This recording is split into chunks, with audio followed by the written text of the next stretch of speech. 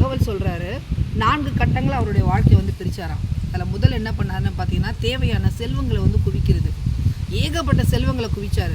குவிச்சு வந்து அப்போ என்ன சொல்கிறாருன்னு பார்த்தீங்கன்னா, அவ்வளோ செல்வங்களை குவிக்கும் போது எனக்கு வந்து மகிழ்ச்சி இல்லைன்னு சொல்கிறாரு. 2வது கட்டமாக விலை உயர்ந்த பொருட்களை மட்டுமே வந்து தக்க வைக்கிறது. அதை எல்லாமே சம்பாரிச்சார். அப்பயும் வந்து என்ன பண்ணாருன்னு பார்த்தீங்கன்னா, மகிழ்ச்சியே இல்லைன்னு சொல்கிறாரு. அதன் பிறகு விலை உயர்ந்த தங்கம் சொல்லக்கூடிய பெட்ரோல், டீசல் இது என்ன பண்ணுறாருன்னு பார்த்தீங்கன்னா 95% அடுத்தவங்களுக்கு வந்து விநியோகம் பண்ணுற அளவுக்கு வந்து சேர்த்து வச்சாராம்.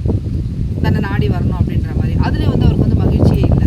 அப்போ எல்லாமே தேடியாச்சு. எங்கே போய் மகிழ்ச்சியை தேடும்போது சொல்லும்பொழுது அவருடைய நண்பர் ஒருத்தர் என்ன பண்ணுறாருன்னு பார்த்தீங்கன்னா, அவரை வந்து ஆசிரமங்களுக்கு, காப்பகங்களுக்கு வந்து கூட்டிகிட்டு போகிறார். வா, நம்ம வந்து சர்வீஸ் பண்ண, நீ நிறைய பண்ணுற, ஆனால் அந்த பண்ணுற இடத்துக்கெல்லாம் நீ போகிறதில்லை, நீ என் கூட வான்னு சொல்லிட்டு ஒரு சர்வீஸ் பண்ணுற சர்க்கரை நாற்காலி, கால் ஊனமுற்ற குழந்தைங்களுக்கு, சிறப்பு குழந்தைங்களுக்கு சர்க்கரை நாற்காலி கொடுக்கறதுக்காக வந்து அழைச்சிட்டு போகிறார்.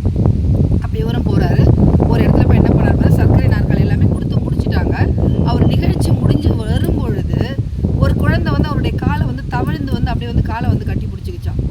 அப்போ அவர் என்ன பண்ணாரா, ஐயோ இந்த குழந்தை வந்துச்சு சொல்லி அந்த குழந்தைய தூக்கும் பொழுது அந்த குழந்தை வந்து சொல்லிச்சான், உங்களுடைய முகத்தை வந்து நான் வந்து ஞாபகம் வச்சுக்கணும், அதுக்காக தான் நான் வந்து உங்கள் கால்களை வந்து பிடிக்கிறேன் அப்படின்னு சொல்லிட்டு.